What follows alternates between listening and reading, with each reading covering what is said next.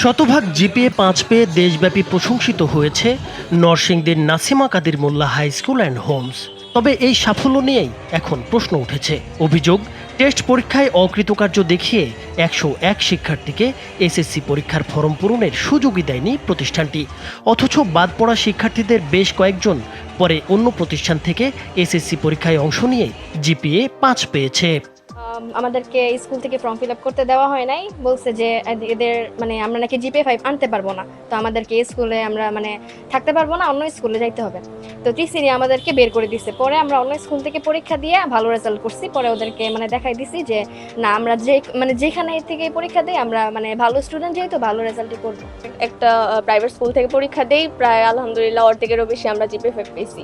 School থেকে যারা বের হয়েছে তার থেকে অর্ধেকেরও বেশি আমরা জিপিএ 5 পেয়েছি আলহামদুলিল্লাহ। অভিভাবকদের অভিযোগ, ফলাফল ভালো দেখাতেই শিক্ষার্থীদের বাদ দেওয়া হয়েছে।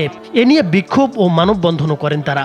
এমন বিতর্কের মধ্যেই প্রতিষ্ঠানের শতভাগ জিপিএ ৫ পাওয়ার বিষয়ে ব্যাখ্যা চেয়ে কারণ দর্শানোর নোটিশ দিয়েছে ঢাকা মাধ্যমিক ও উচ্চ মাধ্যমিক শিক্ষা বোর্ড। যদি অন্য স্কুলে বাচ্চারা পরীক্ষা দিতে পারে, তাহলে কাদের কোনো স্যারেরা পরীক্ষা দিতে পারবে না কেন? নিয়ম তো সবার জন্য এক, সব স্কুলের জন্য এক। তো 485 জন থেকে এখন যে 314 জন টিকলো, 170 জন যে ফেল করো, তো 170 জন কিভাবে ফেলার হয় এরকম একটা নামি দামি ব্র্যান্ডেড স্কুল থেকে? টেস্ট পরীক্ষায় অকৃতকার্য হওয়া শিক্ষার্থীদের এসএসসি পরীক্ষায় ফরম পূরণ করতে না দেয়ায় ক্ষোভ তাদের দাবি, এতে শিক্ষার্থীদের একটি বছর নষ্ট হওয়ার ঝুঁকি তৈরি হয়েছিল। পরে অন্য প্রতিষ্ঠানের মাধ্যমে পরীক্ষায় অংশ নেওয়ার সুযোগ পেয়ে কয়েকজন জিপিএ ৫ পাওয়ায় আরও প্রশ্নের মুখে পড়েছে প্রতিষ্ঠানটির সিদ্ধান্ত। অন্য স্কুলতে পরীক্ষা দিয়েছে, সে A+ পেয়েছে। হ্যাঁ, এটা তো একটা অন্যায় না? একটা ছেলে ইয়ার সময় এই টেস্ট পরীক্ষার পরে 2 মাস পরে পরীক্ষা, এই সময় টিসি দিয়ে বার করে দিছে, ছেলে মন ভেঙে গেছে, ছেলে খাওয়া দাওয়া ছেড়ে দিছে। প্রথমে যদি এটা হোঁচট খাইয়া যায়, অকৃতকার্য দেখাইয়া, এরা যদি ভালো ছাত্রী না হইতো তাহলে 10 পর্যন্ত এদের কোনো কারুক্রোধ যায় নাই। তবে শিক্ষার্থী বাছাই করে পরীক্ষায় অংশ নেওয়ার অভিযোগ অস্বীকার করেছেন প্রতিষ্ঠানটির প্রধান শিক্ষক ইমন হোসেন। তার দাবি, টেস্ট পরীক্ষায় মোট 483 শিক্ষার্থী অংশ নেয়।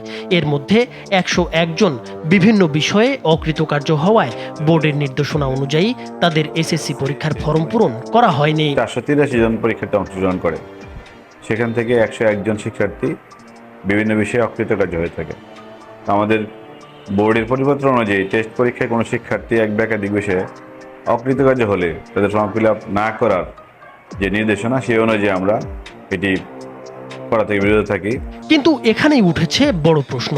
টেস্ট পরীক্ষায় অকৃতকার্য দেখিয়ে যাদের এসএসসি পরীক্ষায় অংশ নেওয়ার সুযোগ দেওয়া হয়নি, তাদের অনেকেই পরে অন্য প্রতিষ্ঠান থেকে পরীক্ষায় অংশ নিয়ে ভালো ফল করেছে। তাদের মধ্যে কেউ কেউ পেয়েছে জিপিএ ৫। তাহলে টেস্ট পরীক্ষার ফলাফলের ভিত্তিতে শিক্ষার্থীদের এসএসসি পরীক্ষায় অংশ নেওয়ার সুযোগ না দেওয়ার সিদ্ধান্ত কতটা যৌক্তিক? নাসিমা কাদির মোল্লা হাই স্কুল অ্যান্ড হোমস থেকে 5 জন সিনিয়র ছাত্র আসছে। তাদের থেকে আলহামদুলিল্লাহ 3 জনই জিপিএ 5 পাইছে। এরা সবাই সায়েন্সের শিক্ষার্থী ছিল, বিজ্ঞান বিভাগের শিক্ষার্থী ছিল।